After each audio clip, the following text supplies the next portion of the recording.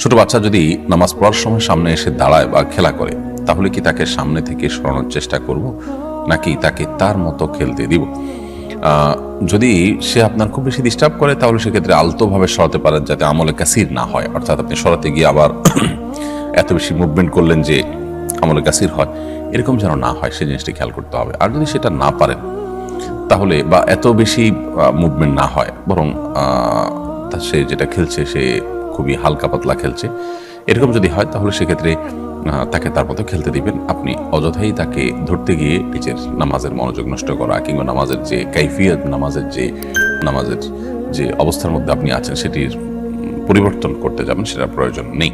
নির্বাচনের কার্যক্রম চলছে, অনেক প্রার্থী মসজিদে এসে নির্বাচনী প্রচারণা চালাচ্ছে, এটা কি করা উচিত? মসজিদে এসে নির্বাচনী কার্যক্রম চালানোর কোনো সুযোগ নেই, কারণ এখন আমাদের গণতান্ত্রিক নির্বাচনে যারা নির্বাচিত হচ্ছেন, এটা তাদের একান্তই পার্থিব একটি বিষয়। এখানে পারলৌকিক কোনো বিষয় খুব একটা নেই বললেই চলে। তো এরকম পরিস্থিতিতে তারা মসজিদে এসে যদি নির্বাচনী প্রচারণা চালান, তাহলে সেক্ষেত্রে সেটি সন্দেহাতীতভাবে দুনিয়াবি কাজ, একান্ত দুনিয়াবি স্বার্থ হাসিলের জন্য মসজিদে আসা এবং মসজিদে ঘোষণা দেওয়া, এই বিষয়টিতে আপনার পড়বে। আর সেটি নিষিদ্ধ। আপনারা জানেন যে মসজিদে হারানো জিনিসের ঘোষণা পর্যন্ত করা পরিষ্কারভাবে হাদিসে নিষিদ্ধ।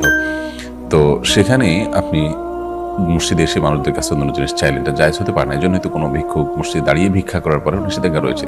তিনি মসজিদের বাইরে দাঁড়াতে পারেন, মানুষের কাছে চাইতে পারেন, কিন্তু মসজিদের ভেতরে নয়, কারণ মসজিদকে এটাকে উপার্জনের জায়গা বানানো উচিত নয়। এরপর ইউজার ইউটিউব আইডি থেকে আপনি লিখেছেন, অনেক বছর ধরে আমার স্বামী নেশা করে সন্তান এবং সামাজিক কারণে তাকে ছেড়ে যেতে পারিনি।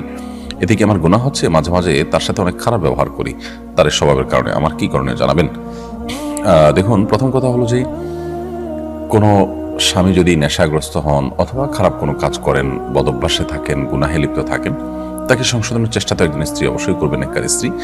কিন্তু চেষ্টা করেও যদি তিনি ব্যর্থ হন, কোনোভাবে তাকে সংশোধন করতে না পারেন এবং আশাও ছেড়ে দেন, তাহলে ওই স্ত্রীর সুযোগ থাকলে তাকে ত্যাগ করে তার কাছ থেকে ডিভোর্স নিয়ে বিকল্প কোনো পথ তার দেখা উচিত। কারণ একজন মন্দ বা খারাপ মানুষের সঙ্গে সারা জীবন কাটানো, তার গুনাহের সহযোগী বা সাক্ষী হওয়া, এটা কোনো বুদ্ধিমানের কাজ নয়। তবে যদি আপনার আর্থসামাজিক এবং সার্বিক অবস্থা সেরকম না হয়, তাহলে সেক্ষেত্রে তার গুনাহের জন্য তিনি আল্লাহর কাছে দায়ী থাকবেন, আপনার কোনো দায় থাকবে না। আপনি তাকে দাওয়াতি কাজ করেছেন, সংশোধনের চেষ্টা করেছেন, তবে ডিভোর্সের পর আপনার আসলে বিকল্প কোনো ভালো পথ আপনার নেই। সেই জন্য আপনি যদি ধৈর্য ধরে থাকেন, গুনাহ হবে না। তবে সেখানে তার সাথে সংসার করতে গিয়ে যদি তার সাথে ব্যবহার খারাপ করে আপনি গুনাহগার হন, গালিগালাজ করেন, অন্য খারাপ আচরণ করেন, অর্থাৎ যে কাজগুলো করলে আল্লাহর কাছে আপনি গুনাহগার হবেন, সেরকম কিছু হয়, তাহলে সেক্ষেত্রে সেটা আপনার জন্য জায়েজ হবে না। আপনি হয় তার সাথে সংসার করবেন, আর না হলে তার সংসার ছাড়বেন। আর করলে তার ভুল কাজগুলো থেকে তাকে ফিরিয়ে আনার জন্য চেষ্টা করবেন বহুবিধ। কিন্তু তাই বলে চেষ্টা করতে গিয়ে আপনি নিজে গুনাহে লিপ্ত হওয়ার কোনো সুযোগ কিন্তু নেই, সীমা লঙ্ঘন করার কোনো সুযোগ কিন্তু নেই।